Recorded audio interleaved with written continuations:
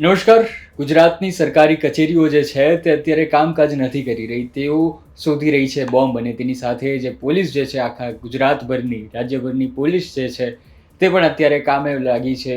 Bomb squad જે છે તે અત્યારે કામે લાગ્યું છે, કારણ કે એક પછી એક ગુજરાતના શહેરો, મોટાભાગના જે શહેરો છે તેની પાસપોર્ટ ઓફિસ અને પોસ્ટ ઓફિસને ધમકી મળી છે કે ત્યાં બોમ્બ મૂકવામાં આવ્યો છે. આ બોમ્બની જે ધમકી મળી ત્યાંની બાદ પોલીસ, ત્યાંના જે સંકુલમાં કામ કરતા કર્મચારીઓ, સરકારી કર્મચારીઓ જે છે તેઓ એક્ટિવ થયા છે અને બોમ્બને જે છે તે શોધી રહ્યા છે. પણ મોટાભાગના જે આ ધમકી મળે છે તે ખાલી જ હોય છે, ખોખલી જ હોય છે, અને આપણે પણ એ જ પ્રાર્થના કરીએ કે આ જે ધમકી હોય છે તે ખાલી હોય છે.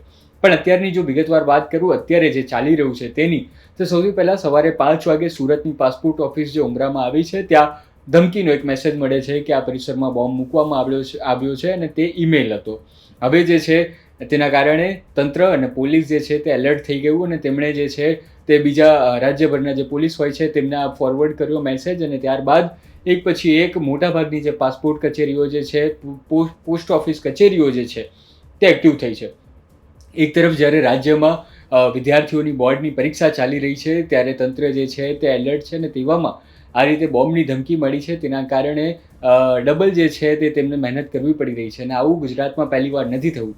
આ સિલસિલાવાર આ જે છે આખી ધમકીનો જે કાર્યક્રમ ચાલી રહ્યો છે.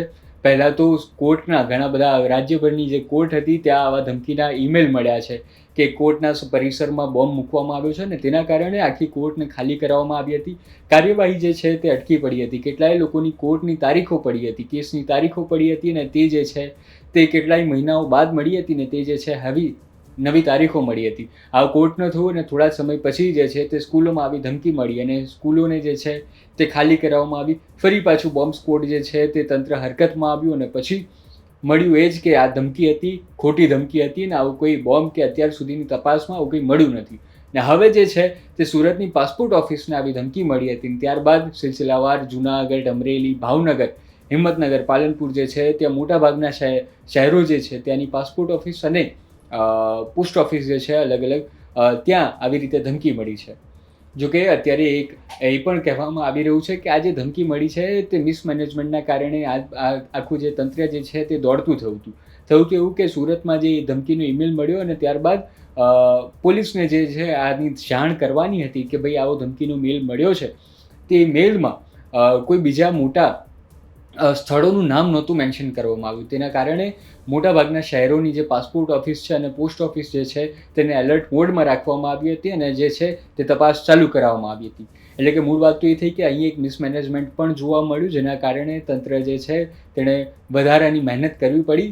પણ અહીં મુખ્ય મુદ્દો એ છે કે આવા ધમકીભર્યા મેસેજો કરે છે કોણ, આ ધમકીભર્યા ઈમેલ કરે છે કોણ, અને જો કરે છે તો પોલીસ જે છે તે પકડમાં કેમ નથી આવતું તે. અને જ્યારે આવા ધમકીભર્યા ઈમેલ કરે છે ત્યારે જે આખી જે કામગીરી હોય છે તે પડી ભાંગે છે, સમયનો બગાડ થાય છે, સાથે સાથે કેટલાય રૂપિયાનો પણ બગાડ થાય છે. અને જો આ ધમકીભર્યા મેસેજ સાચા નીકળે તો, એટલે કે આ જે બોમ્બ સ્ક્વોડ છે તેણે તો કાગળનો વાઘ, એટલે કે વાઘ આવ્યો ભલે આવતો, આ જે વાર્તા જે ફરી પુનઃ રિપીટ થતી હોય, પણ બોમ્બ સ્ક્વોડ જે છે તે હંમેશા એલર્ટ મોડ પર રહે છે. અને આવા ધમકીભર્યા મેસેજ ભલે ખોટા હોય તે આપણે અને તમે જાણીએ છીએ, અત્યાર સુધી જે છે તે ખોટા જ રહ્યા છે, પણ બોમ્બ સ્ક્વોડ જે છે તેને બિલકુલ આને હલકામાં ન લઈ શકે, અને તેની પર કાર્યવાહી સમયાંતરે કરતું રહ્યું છે. પણ હજી સુધી જે છે તે મોટાભાગના જે આવા ઈમેલ મળ્યા છે તે મોકલનાર કોણ છે તે આપણી સામે નથી આવ્યું. ત્યારે આજે ગુજરાતના મોટાભાગના શહેરોમાં આવી ધમકી મળી છે પોસ્ટ ઓફિસ અને પાસપોર્ટ ઓફિસની કચેરીઓને.